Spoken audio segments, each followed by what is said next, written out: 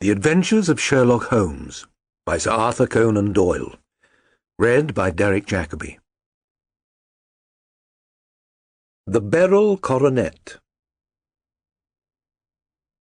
"Holmes," said I, as I stood one morning in our bow window, looking down the street, "here is a madman coming along.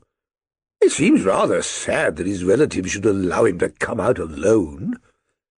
My friend rose lazily from his armchair and stood with his hands in the pockets of his dressing-gown, looking over my shoulder. It was a bright, crisp February morning, and the snow of the day before still lay deep upon the ground, shimmering brightly in the wintry sun. Down the centre of Baker Street it had been ploughed into a brown, crumbly band by the traffic, but at either side, and on the heaped-up edges of the footpaths, it still lay as white as when it fell. The grey pavement had been cleaned and scraped, but was still dangerously slippery, so that there were fewer passengers than usual.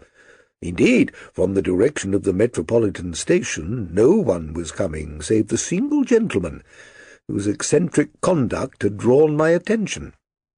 He was a man of about 50, tall, portly, and imposing, with a massive, strongly marked face and a commanding figure.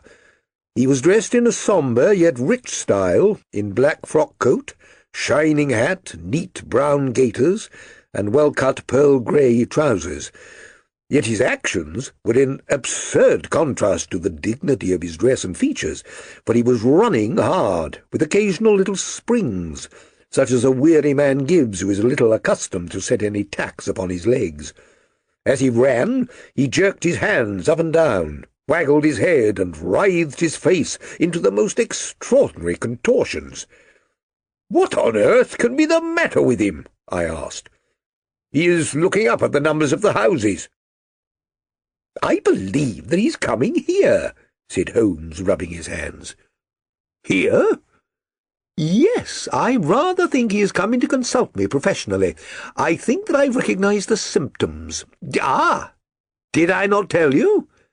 As he spoke, the man, puffing and blowing, rushed at our door and pulled at our bell until the whole house resounded with the clanging.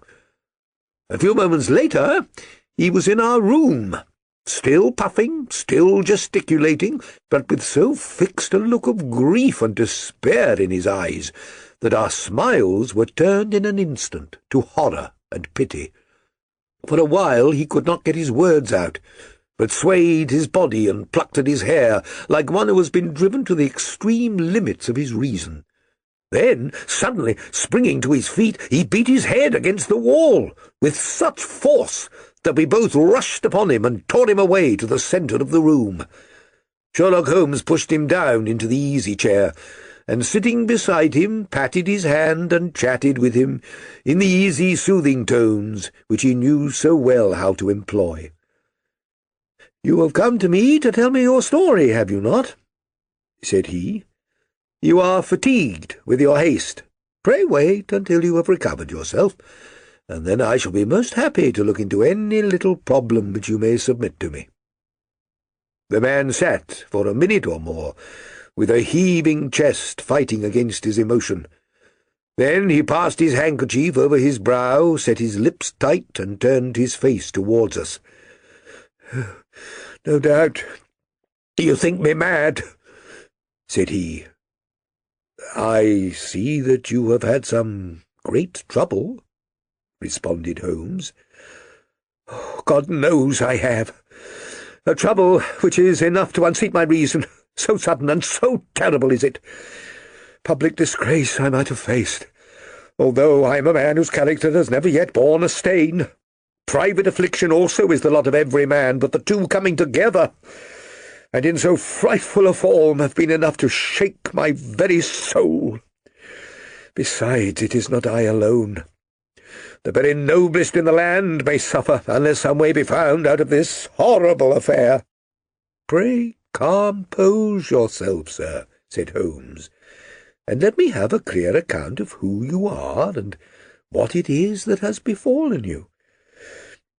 "My name," answered our visitor, "is probably familiar to your ears. I am Alexander Holder, "Of the banking firm of Holder and Stevenson of Threadneedle Street." The name was indeed well known to us, as belonging to the senior partner in the second largest private banking concern in the City of London. What could have happened, then, to bring one of the foremost citizens of London to this most pitiable pass? We waited, all curiosity, until, with another effort, he braced himself to tell his story. "I feel that time is of value," said he. "That is why I hastened here when the police inspector suggested that I should secure your cooperation. I came to Baker Street by the Underground and hurried from there on foot, for the cabs go slowly through this snow. That is why I was so out of breath, for I am a man who takes very little exercise. I feel better now, and I will put the facts before you as shortly and yet as clearly as I can. It is, of course, well known to you that, in a successful banking business, as much depends upon our being able to find remunerative investments for our funds as upon our increasing our connection and number of our depositors. One of our most lucrative means of laying out money is in the shape of loans, where the security is unimpeachable. We have done a good deal in this direction during the last few years, and there are many noble families to whom we have advanced large sums upon the security of their pictures, libraries, or plate. Yesterday morning I was seated in my office at the bank when a card was brought in to me by one of the clerks. I started when I saw the name, for it was that of none other than— well, perhaps even to you I'd better say no more than that it was a name which is a household word all over the earth, one of the highest, noblest, most exalted names in England. I was overwhelmed by the honour, and attempted, when he entered, to say so, but he plunged at once into business with the air of a man who wishes to hurry quickly through a disagreeable task. "Mr. Holder," said he, "I have been informed that you are in the habit of advancing money." "The firm do so when the security is good," I answered. "It is absolutely essential to me," said he, "that I should have £50,000 at once. I could, of course, borrow so trifling a sum 10 times over from my friends, but I much prefer to make it a matter of business and to carry out that business myself. In my position, you can readily understand that it is unwise to place oneself under obligations." "For how long, may I ask, do you want this sum?" I asked.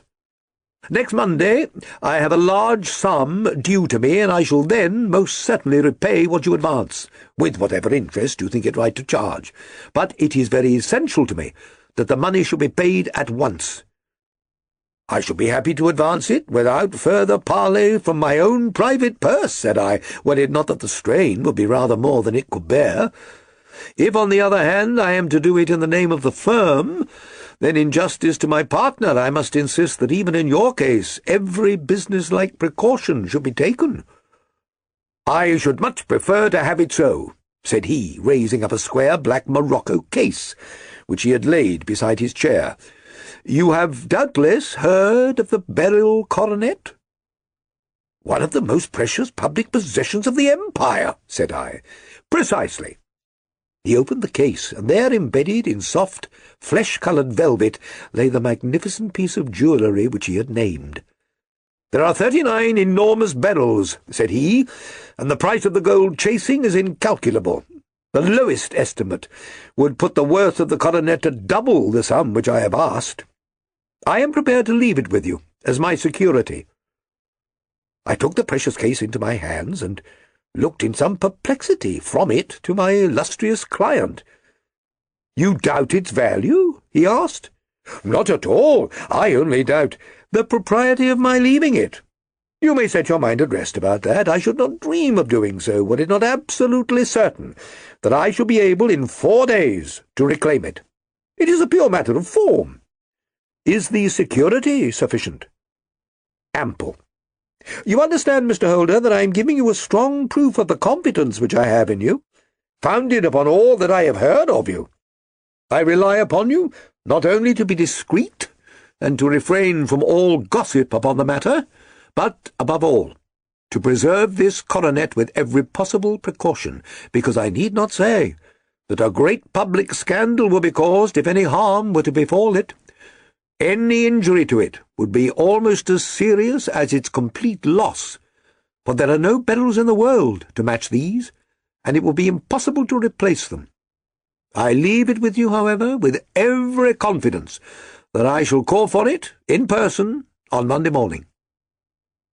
Seeing that my client was anxious to leave, I said no more, but calling for my cashier, I ordered him to pay over £50,000 notes. When I was alone once more, however, with the precious case lying upon the table in front of me, I could not but think with some misgivings of the immense responsibility which it entailed upon me. There could be no doubt that, as it was a national possession, a horrible scandal would ensue if any misfortune should occur to it. I already regretted having ever consented to take charge of it. However, it was too late to alter the matter now, so I locked it up in my private safe and turned once more to my work. When evening came, I felt that it would be an imprudence to leave so precious a thing in the office behind me. Bankers' safes have been forced before now, and why should not mine be? If so, how terrible would be the position in which I should find myself. I determined, therefore, that for the next few days I would always carry the case backwards and forwards with me, so that it might never be really out of my reach. With this intention, I called a cab and drove out to my house at Streatham, carrying the jewel with me. I did not breathe freely until I had taken it upstairs and locked it in the bureau of my dressing-room. And now a word as to my household, Mr. Holmes, for I wish you to thoroughly understand the situation. My groom and my page sleep out of the house, and may be set aside altogether. I have 3 maidservants who have been with me a number of years, and whose absolute reliability is quite above suspicion.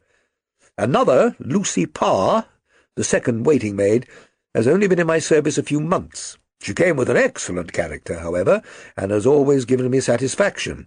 She is a very pretty girl, and has attracted admirers, who have occasionally hung about the place. That is the only drawback which we have found to her, but we believe her to be a thoroughly good girl in every way. So much for the servants. My family itself is so small that it will not take me long to describe it. I am a widower, and have an only son, Arthur. He has been a disappointment to me, Mr. Holmes, a grievous disappointment.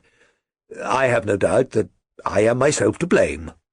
People tell me that I have spoiled him. Very likely I have. When my dear wife died, I felt that he was all I had to love. I could not bear to see the smile fade even for a moment from his face. I have never denied him a wish.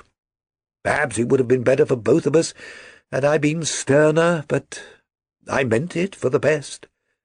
It was naturally my intention that he should succeed me in my business. But he was not of a business turn. He was wild, wayward, and, to speak the truth, I could not trust him in the handling of large sums of money. When he was young, he became a member of an aristocratic club, and there, having charming manners, he was soon the intimate of a number of men with long purses and expensive habits. He learned to play heavily at cards, and to squander money on the turf, until he had, again and again, to come to me and implore me to give him an advance upon his allowance, that he might settle his debts of honour. He tried more than once to break away from the dangerous company which he was keeping, but each time the influence of his friend Sir George Burnwell was enough to draw him back again.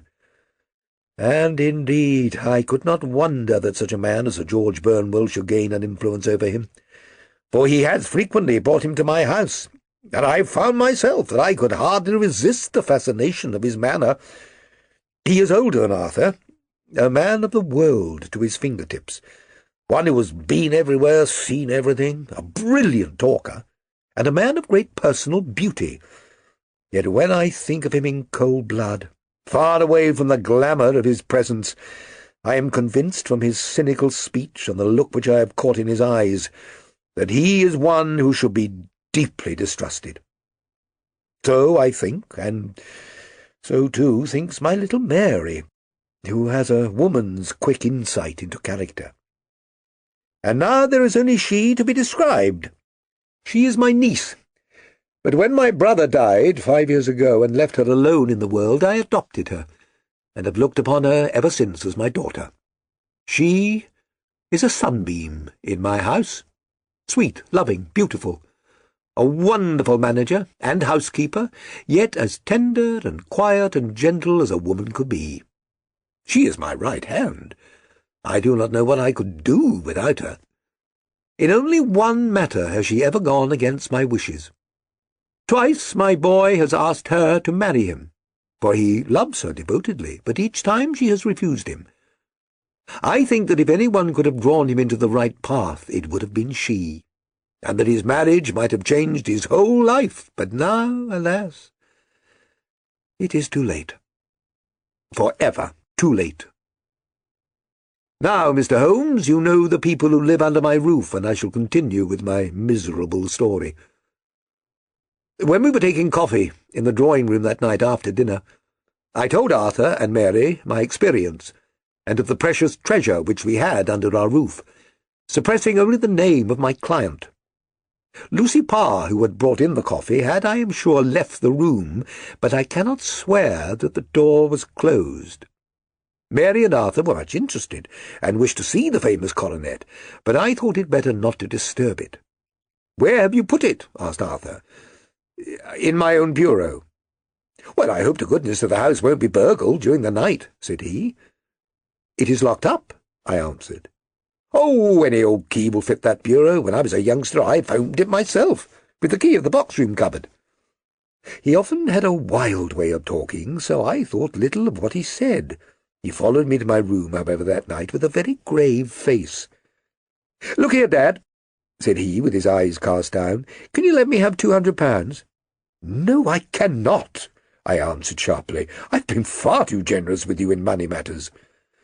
"You have been very kind," said he, "but I must have this money, or else I can never show my face inside the club again."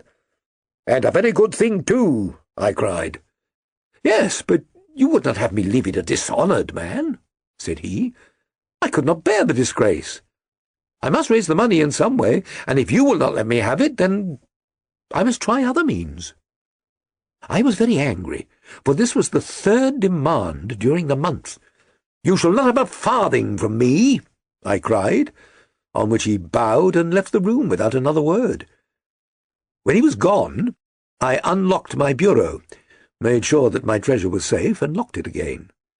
Then I started to go round the house to see that all was secure, a duty which I usually leave to Mary, but which I thought it well to perform myself that night.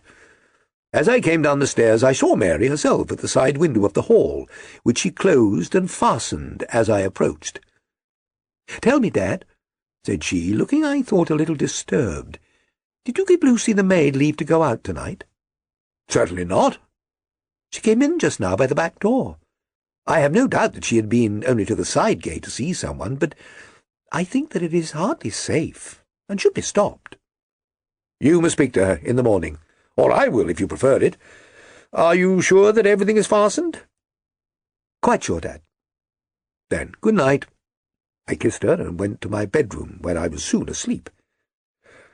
"I am endeavouring to tell you everything, Mr. Holmes, which might have any bearing upon the case, but I beg that you will question me upon any point which I do not make clear." "On the contrary, your statement is singularly lucid." "I come to a part of my story now in which I should wish to be particularly so. I am not a very heavy sleeper, and the anxiety in my mind tended, no doubt, to make me even less so than usual. About 2 in the morning, then, I was awakened by some sound in the house. It had ceased ere I was wide awake, but it had left an impression behind it as though a window had gently closed somewhere. I lay listening with all my ears. Suddenly, to my horror, there was a distinct sound of footsteps moving softly in the next room.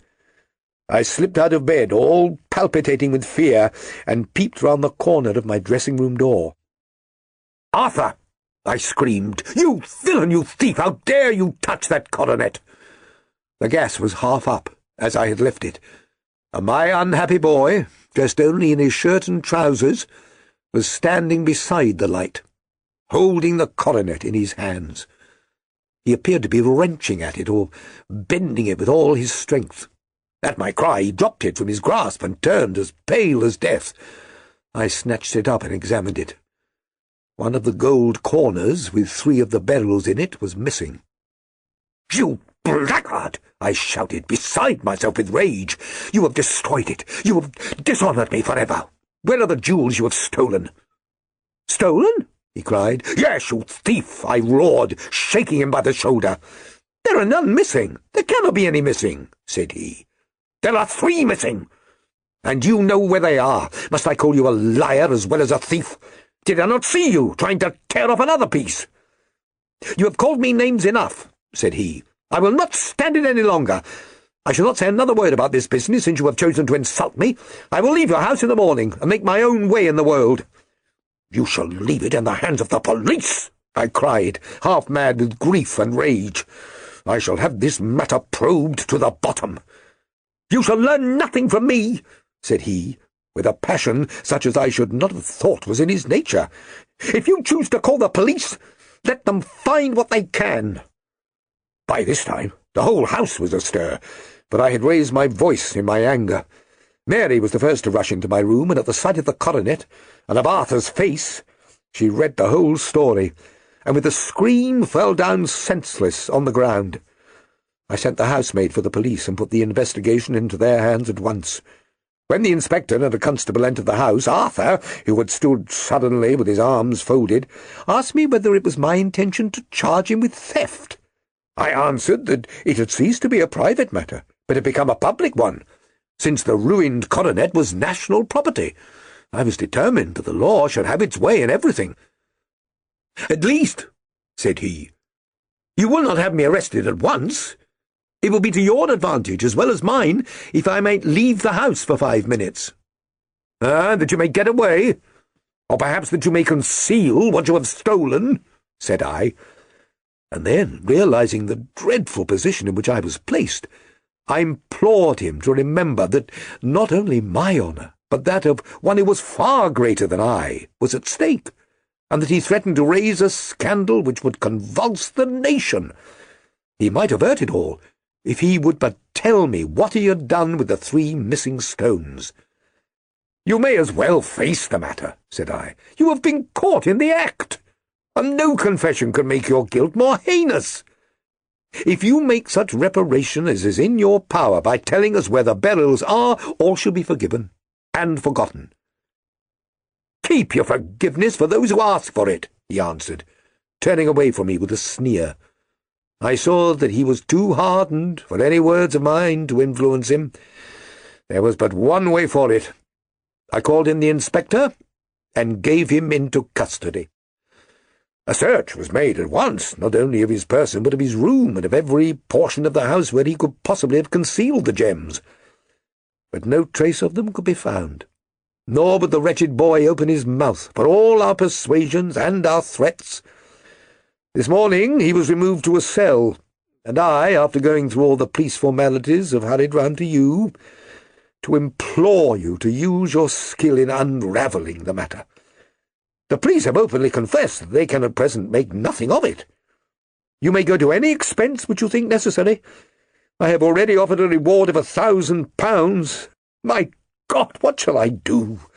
I have lost my honour, my gems, and my son, in one night. Oh, what shall I do?" He put his hand on either side of his head, and rocked himself to and fro, droning to himself like a child whose grief has got beyond words. Sherlock Holmes sat silent for some minutes, with his brows knitted and his eyes fixed upon the fire. "Do you receive much company?" he asked. "None, save my partner with his family, and an occasional friend of Arthur's. Sir George Burnwell has been several times lately. No one else, I think. Do you go out much in society?" "Arthur does. Mary and I stay at home. We neither of us care for it." "That is unusual in a young girl. She is of a quiet nature. Besides, she's not so very young. She's 24. This matter, from what you say, seems to have been a shock to her also. Oh, terrible. She is even more affected than I. You have, neither of you, any doubt as to your son's guilt? How can we have? When I saw him with my own eyes, with the coronet in his hands. I hardly consider that a conclusive proof.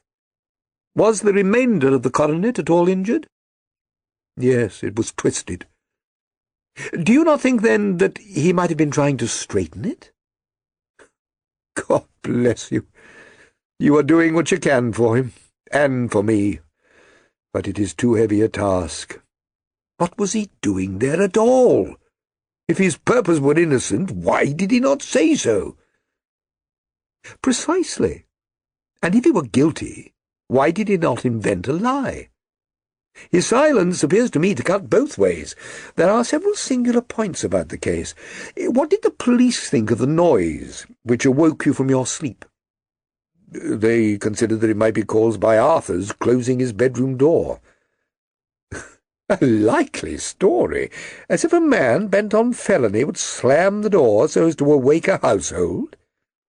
What do they say, then, of the disappearance of these gems? They are still sounding the planking and probing the furniture in the hope of finding them. Have they thought of looking outside the house? Yes, they have shown extraordinary energy. The whole garden has been minutely examined. Now, my dear sir, said Holmes, is it not obvious to you now that this matter really strikes very much deeper than either you or the police were at first inclined to think? It appeared to you to be a simple case. To me it seems exceedingly complex. Consider what is involved by your theory. You suppose that your son came down from his bed, went at great risk to your dressing-room, opened your bureau, took out your coronet, broke off by main force a small portion of it, went off to some other place, concealed 3 gems out of the 39 with such skill that nobody can find them, and then returned with the other 36 into the room in which he exposed himself to the greatest danger of being discovered. I ask you now, is such a theory tenable? But what other is there? Cried the banker, with a gesture of despair. If his motives were innocent, why does he not explain them? It is our task to find out, replied Holmes. So, now, if you please, Mr. Holder, we will set off for Streatham together, and devote an hour to glancing a little more closely into details. My friend insisted upon my accompanying them in their expedition, which I was eager enough to do, for my curiosity and sympathy were deeply stirred by the story to which we had listened. I confess that the guilt of the banker's son appeared to me to be as obvious as it did to his unhappy father, but still I had such faith in Holmes's judgment that I felt that there must be some grounds for hope, as long as he was dissatisfied with the accepted explanation.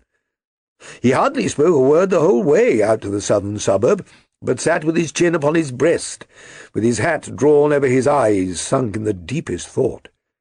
Our client appeared to have taken fresh heart at the little glimpse of hope which had been presented to him, and he even broke into a desultory chat with me over his business affairs. A short railway journey, and a shorter walk, brought us to Fairbank, the modest residence of the great financier. Fairbank was a good-sized, square house of white stone, standing back a little from the road. A double-carriage sweep, with a snow-clad lawn, stretched down in front to the 2 large iron gates which closed the entrance. On the right side was a small wooded thicket which led into a narrow path between 2 neat hedges, stretching from the road to the kitchen door and forming the tradesman's entrance. On the left ran a lane which led to the stables, and was not itself within the grounds at all, being a public, though little used, thoroughfare. Holmes left us standing at the door and walked slowly all round the house.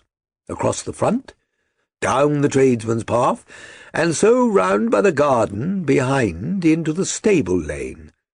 So long was he that Mr. Holder and I went into the dining-room and waited by the fire until he should return. We were sitting there in silence when the door opened, and a young lady came in. She was rather above the middle height, slim, with dark hair and eyes, which seemed the darker against the absolute pallor of her skin. I do not think that I have ever seen such deadly paleness in a woman's face. Her lips, too, were bloodless, but her eyes were flushed with crying. As she swept silently into the room, she impressed me with a greater sense of her grief than the banker had done in the morning, and it was the more striking in her as she was evidently a woman of striking character, with immense capacity for self-restraint. Disregarding my presence, she went straight to her uncle and passed her hand over his head with a sweet womanly caress. "You have given orders that Arthur should be liberated, have you not, Dad?" she asked. No, my girl, the matter must be probed to the bottom." "But I am so sure that he is innocent.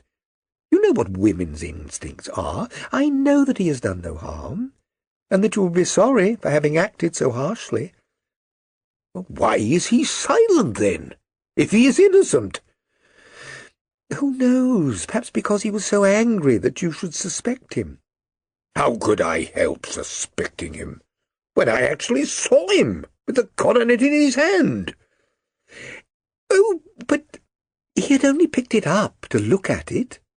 Oh, do take my word for it that he is innocent. Let the matter drop and say no more. It is so dreadful to think of our dear Arthur in prison." "I shall never let it drop until the gems are found. Never, Mary. Your affection for Arthur blinds you as to the awful consequences to me. Far from hushing the thing up, I have brought a gentleman down from London to inquire more deeply into it." "This gentleman?" she asked, facing round to me. "No, his friend. He wished us to leave him alone. He's round in the stable lane now."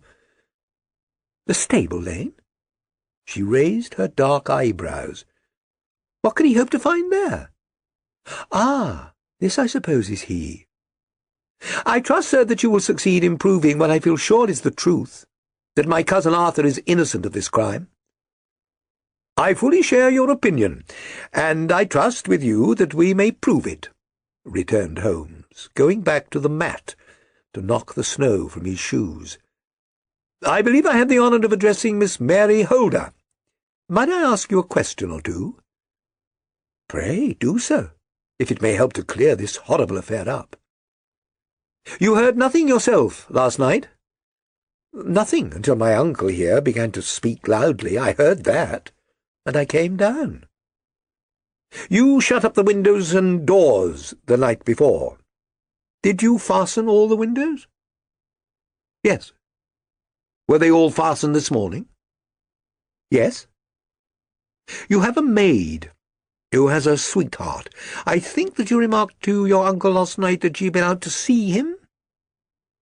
"Yes, and she was the girl who waited in the drawing-room and who may have heard uncle's remarks about the coronet." "I see. You infer that she may have gone out to tell her sweetheart, and that the two may have planned the robbery." "But what is the good of all these vague theories?" cried the banker impatiently, "when I have told you that I saw Arthur with the coronet in his hands." "Wait a little, Mr. Holder. We must come back to that. About this girl, Miss Holder. You saw her return by the kitchen door, I presume?" "Yes. When I went to see if the door was fastened for the night, I met her slipping in. I saw the man, too, in the gloom." "Do you know him?" "Oh, yes. He's the greengrocer who brings our vegetables round. His name is Francis Prosper." "He stood," said Holmes, "to the left of the door, that is to say, further up the path than is necessary to reach the door?" "Yes, he did." "And he is a man with a wooden leg?" Something like fear sprang up in the young lady's expressive black eyes. "Why, you are like a magician," said she. "How do you know that?" She smiled, but there was no answering smile in Holmes's thin, eager face. "I shall be very glad now to go upstairs," said he. "I shall probably wish to go over the outside of the house again. Perhaps I had better take a look at the lower windows before I go up." He walked swiftly round from one to the other, pausing only at the large one, which looked from the hall onto the stable lane. This he opened, and made a very careful examination of the sill with his powerful magnifying lens. "Now we shall go upstairs," said he at last. The banker's dressing-room was a plainly furnished little chamber with a grey carpet, a large bureau, and a long mirror. Holmes went to the bureau first, and looked hard at the lock. "Which key was used to open it?" he asked. "That which my son himself indicated, out of the cupboard of the lumber-room." "Have you it here?" "Well, that is it, on the dressing-table." Sherlock Holmes took it up and opened the bureau. "It is a noiseless lock," said he. "It is no wonder that it did not wake you. This case, I presume, contains the coronet. We must have a look at it." He opened the case, and taking out the diadem, he laid it upon the table. It was a magnificent specimen of the jeweller's art, and the 36 stones were the finest that I have ever seen. At one side of the coronet was a crooked, cracked edge, where a corner holding 3 gems had been torn away. "Now, Mr. Holder," said Holmes, "here is the corner which corresponds to that which has been so unfortunately lost. Might I beg that you will break it off?" The banker recoiled in horror. "I should not dream of trying," said he. "Then I will." Holmes suddenly bent his strength upon it, but without result. "I feel it give a little," said he. "But though I am exceptionally strong in the fingers, it would take me all my time to break it. An ordinary man could not do it. Now, what do you think would happen if I did break it, Mr. Holder? There would be a noise, like a pistol shot. Do you tell me that all this happened within a few yards of your bed, and that you heard nothing of it? I do not know what to think. It is all dark to me. But perhaps it may grow lighter as we go. What do you think, Miss Holder?" I confess that I still share my uncle's perplexity. "Your son had no shoes or slippers on when you saw him?" "He had nothing on, save only his trousers and shirt." "Thank you. We have certainly been favoured with extraordinary luck during this inquiry, and it will be entirely our own fault if we do not succeed in clearing the matter up. With your permission, Mr. Holder, I shall now continue my investigations outside." He went alone at his own request, for he explained that any unnecessary footmarks might make his task more difficult. For an hour or more he was at work, returning at last with his feet heavy with snow and his features as inscrutable as ever. "I think that I have seen now all that there is to see, Mr. Holder," said he. "I can serve you best by returning to my rooms." "The gems, Mr. Holmes, where are they?" "I cannot tell." The banker wrung his hands. "I shall never see them again," he cried. "And my son? You give me hopes?" "My opinion is in no way altered." "Then, for God's sake, what was this dark business which was acted in my house last night?" "If you can call upon me at my Baker Street rooms tomorrow morning, between 9 and 10, I shall be happy to do what I can to make it clearer. I understand that you give me carte blanche to act for you, provided only that I get back the gems, and that you place no limit on the sum I may draw." "I would give my fortune to have them back." "Very good. I shall look into the matter between this and then. Goodbye. It is just possible that I may have to come over here again before evening." It was obvious to me that my companion's mind was now made up about the case, although what his conclusions were was more than I could even dimly imagine. Several times during our homeward journey I endeavoured to sound him upon that point, but he always glided away to some other topic, until at last I gave it over in despair. It was not yet 3 when we found ourselves in our room once more. He hurried to his chamber, and was down again in a few minutes, dressed as a common loafer, with his collar turned up, his shiny seedy coat, his red cravat, and his worn boots. He was a perfect sample of the class. "I think that this should do," said he, glancing into the glass above the fireplace. "I only wish you could come with me, Watson, but I fear that it won't do. I may be on the trail in this matter, or I may be following a will-o'-the-wisp, but I shall soon know which it is. I hope that I may be back in a few hours." He cut a slice of beef from the joint upon the sideboard, sandwiched it between 2 rounds of bread, and thrusting this rude meal into his pocket, he started off upon his expedition. I had just finished my tea when he returned, evidently in excellent spirits. Swinging an old elastic-sided boot in his hand, he chucked it down into a corner and helped himself to a cup of tea. "I only looked in as I passed," said he. "I'm going right on." "Where to?" "Oh, to the other side of the West End. It may be some time before I get back. Don't wait up for me in case I should be late." "How are you getting on?" "Oh, so-so. Nothing to complain of. I've been out to Streatham since I saw you last, but I did not call at the house. It is a very sweet little problem, and I would not have missed it for a good deal. However, I must not sit gossiping here, but must get these disreputable clothes off and return to my highly respectable self." I could see by his manner that he had stronger reasons for satisfaction than his words alone would imply. His eyes twinkled, and there was even a touch of colour upon his sallow cheeks. He hastened upstairs, and a few minutes later I heard the slam of the hall door, which told me that he was off once more upon his congenial hunt. I waited until midnight, but there was no sign of his return, so I retired to my room.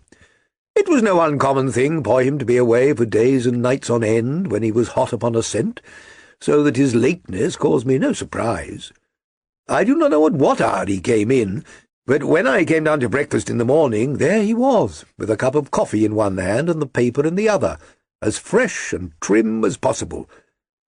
"You will excuse my beginning without you, Watson," said he, "but you remember that our client has rather an early appointment this morning." "Why, it is after 9 now," I answered. "I should not be surprised if that were he. I thought I heard a ring."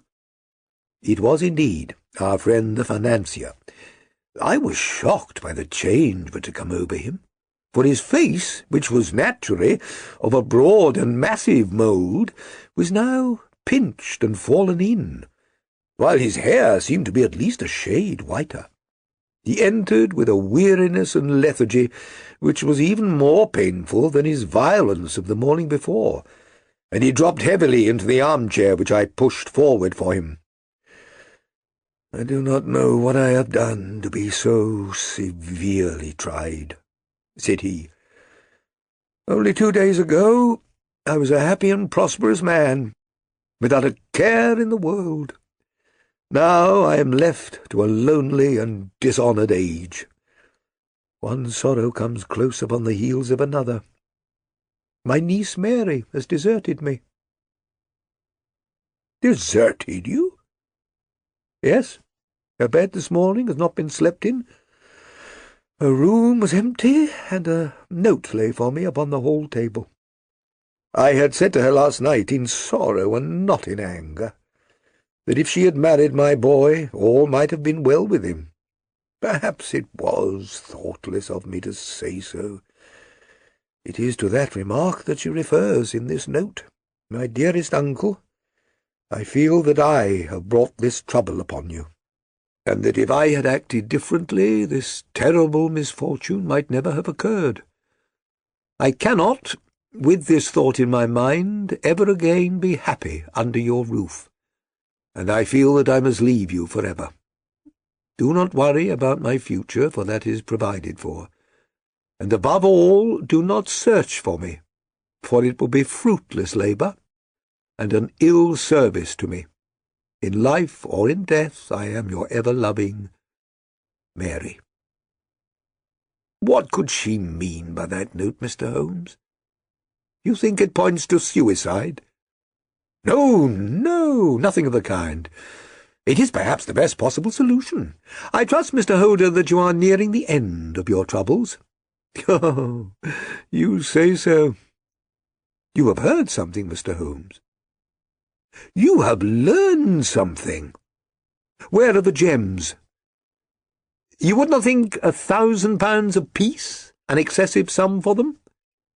I would pay 10. That would be unnecessary. 3,000 will cover the matter, and there is a little reward, I fancy. Have you your cheque-book? Here is a pen. Better make it out for £4,000. With a dazed face, the banker made out the required cheque. Holmes walked over to his desk, took out a little triangular piece of gold with 3 gems in it, and threw it down upon the table. With a shriek of joy, our client clutched it up. "You have it!" he gasped. "I am saved! I am saved!" The reaction of joy was as passionate as his grief had been, and he hugged his recovered gems to his bosom.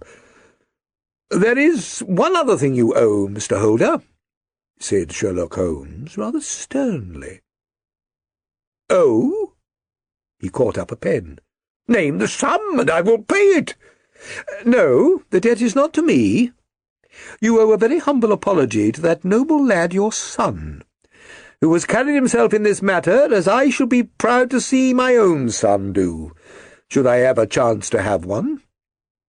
"Then it was not Arthur who took them? I told you yesterday, and I repeat today, that it was not." "You are sure of it? Then let us hurry to him at once, to let him know that the truth is known." "He knows it already. When I had cleared it all up, I had an interview with him, and finding that he would not tell me the story, I told it to him, on which he had to confess that I was right, and to add the very few details which were not yet quite clear to me. Your news of this morning, however, may open his lips." "For heaven's sake, tell me, then, what is this extraordinary mystery?" "I will do so, and I will show you the steps by which I've reached it. And let me say to you first, what it is hardest for me to say, and for you to hear. There has been an understanding between Sir George Burnwell and your niece Mary. They have now fled together." "My Mary? Impossible!" "It is, unfortunately, more than possible. It is certain. Neither you nor your son knew the true character of this man when you admitted him into your family circle. He is one of the most dangerous men in England, a ruined gambler, an absolutely desperate villain, a man without heart or conscience. Your niece knew nothing of such men when he breathed his vows to her, as he had done to 100 before her. She flattered herself that she alone had touched his heart. The devil knows best what he said, but at last she became his tool, and was in the habit of seeing him nearly every evening. I cannot, and I will not believe it," cried the banker with an ashen face. "I will tell you, then, what occurred in your house that night. Your niece, when you had, as she thought, gone to your room, slipped down and talked to her lover through the window which leads into the stable lane. His footmarks had pressed right through the snow, so long had he stood there. She told him of the coronet. His wicked lust for gold kindled at the news, and he bent her to his will. I have no doubt that she loved you, but there are women in whom the love of a lover extinguishes all other loves, and I think that she must have been one. She had hardly listened to his instruction when she saw you coming downstairs, on which she closed the window rapidly, and told you about one of the servants' escapade with her wooden-legged lover, which was all perfectly true. Your boy, Arthur, went to bed after his interview with you, but he slept badly, on account of his uneasiness about his club debts. In the middle of the night, he heard a soft tread pass his door, so he rose, and looking out, was surprised to see his cousin walking very stealthily along the passage, until she disappeared into your dressing-room. Petrified with astonishment, the lad slipped on some clothes and waited there in the dark to see what would come of this strange affair. Presently she emerged from the room again, and in the light of the passage lamp your son saw that she carried the precious coronet in her hands.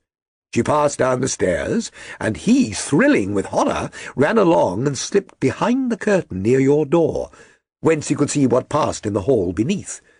He saw her stealthily open the window, hand out the coronet to someone in the gloom, and then, closing it once more, hurry back to her room, passing quite close to where he stood behind the curtain. As long as she was on the scene, he could not take any action without a horrible exposure of the woman whom he loved. But the instant she was gone, he realized how crushing a misfortune this would be for you, and how all-important it was to set it right. He rushed down, just as he was, in his bare feet, opened the window, sprang out into the snow, and ran down the lane, where he could see a dark figure in the moonlight. Sir George Burnwell tried to get away, but Arthur caught him, and there was a struggle between them, your lad tugging at one side of the coronet, and his opponent on the other. In the scuffle, your son struck Sir George and cut him over the eye. Then something suddenly snapped, and your son, finding that he had the coronet in his hands, rushed back, closed the window, ascending to your room, and had just observed that the coronet had been twisted in the struggle, and was endeavouring to straighten it, when you appeared upon the scene. "Is it possible?" gasped the banker. "You then roused his anger by calling him names, at a moment when he felt that he had deserved your warmest thanks. He could not explain the true state of affairs without betraying the one who certainly deserved little enough consideration at his hands. He took the more chivalrous view, however, and preserved her secret." "And that was why she shrieked and fainted when she saw the coronet!" cried Mr. Holder. "Oh, my God! What a blind fool I've been! And he's asking to be allowed to go out for 5 minutes. The dear fellow wanted to see if the missing piece were at the scene of the struggle. How cruelly I have misjudged him." "When I arrived at the house," continued Holmes, "I at once went very carefully round it, to observe if there were any traces in the snow which might help me. I knew that none had fallen since the evening before, and also that there had been a strong frost to preserve impressions. I passed along the tradesman's path, but found it all trampled down and indistinguishable. Just beyond it, however, at the far side of the kitchen door, a woman had stood and talked with a man, whose round impression on one side showed that he had a wooden leg. I could even tell that they had been disturbed, for the woman had run back swiftly to the door, as was shown by the deep toe and light heel marks, while Wooden Leg had waited a little and had then gone away. I thought at the time that this might be the maid and her sweetheart, of whom you had already spoken to me, and inquiry showed it was so. I passed round the garden, without seeing anything more than random tracks, which I took to be the police, but when I got into the stable lane, a very long and complex story was written in the snow in front of me. There was a double line of tracks of a booted man, and a second double line, which I saw with delight, belonged to a man with naked feet. I was at once convinced from what you had told me that the latter was your son. The first had walked both ways, but the other had run swiftly, and, as his tread was marked in places over the depression of the boot, it was obvious that he had passed after the other. I followed them up, and found that they led to the hall window, where Boots had worn all the snow away while waiting. Then I walked to the other end, which was 100 yards or more down the lane. I saw where Boots had faced round, where the snow was cut up as though there had been a struggle, and finally where a few drops of blood had fallen, to show me that I was not mistaken. Boots had then run down the lane, and another little smudge of blood showed that it was he who had been hurt. When he came to the high road at the other end, I found that the pavement had been cleared. So there was an end to that clue. On entering the house, however, I examined, as you remember, the sill and framework of the hall window with my lens, and I could at once see that someone had passed out. I could distinguish the outline of an instep, where the wet foot had been placed in coming in. I was then beginning to be able to form an opinion as to what had occurred. A man had waited outside the window, someone had brought him the gems, the deed had been overseen by your son, he had pursued the thief, had struggled with him, they had each tugged at the coronet, their united strength causing injuries which neither alone could have effected. He had returned with the prize, but had left a fragment in the grasp of his opponent. So far I was clear. The question now was, who was the man, and who was it brought him the coronet? It is an old maxim of mine that when you have excluded the impossible, whatever remains, however improbable, must be the truth. Now, I knew that it was not you who had brought it down, so there only remained your niece and the maids. But if it were the maids, why should your son allow himself to be accused in their place? There could be no possible reason. As he loved his cousin, however, there was an excellent explanation why he should retain her secret. The more so, as the secret was a disgraceful one. When I remembered that you had seen her at that window, and how she had fainted on seeing the coronet again, my conjecture became a certainty. And who could it be who was her confederate? A lover, evidently, for who else could outweigh the love and gratitude which she must feel to you? I knew that you went out little, and that your circle of friends was a very limited one, but among them was Sir George Burnwell. I had heard of him before, as being a man of evil reputation among women. It must have been he who wore those boots, and retained the missing gems. Even though he knew that Arthur had discovered him, he might still flatter himself that he was safe, for the lad could not say a word without compromising his own family. Well, your own good sense will suggest what measures I took next. I went in the shape of a loafer to Sir George's house, managed to pick up an acquaintance with his valet, learned that his master had cut his head the night before, and finally, at the expense of 6 shillings, made all sure by buying a pair of his cast-off shoes. With those I journeyed down to Streatham, and saw that they exactly fitted the tracks. "I saw an ill-dressed vagabond in the lane yesterday evening," said Mr. Holder. "Precisely. It was I. I found that I had my man, so I came home and changed my clothes.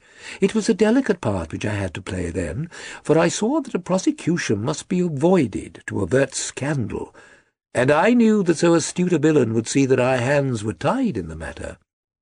I went and saw him. At first, of course, he denied everything, but when I gave him every particular that had occurred, he tried to bluster, and took down a life-preserver from the wall. I knew my man, however, and I clapped a pistol to his head before he could strike. Then he became a little more reasonable. I told him that we would give him a price for the stones he held, £1,000 apiece. That brought out the first signs of grief he had shown. "Why, dash it all," said he, "I've let them go at 600 for the 3. I soon managed to get the address of the receiver who had them, on promising him that there would be no prosecution. Off I set to him, and after much chaffering I got our stones at 1,000 apiece. Then I looked in upon your son, told him that all was right, and eventually got to my bed about 2 o'clock, after what I may call a really hard day's work. A day which has saved England from a great public scandal," said the banker, rising. "Sir, I cannot find words to thank you, but you shall not find me ungrateful for what you have done.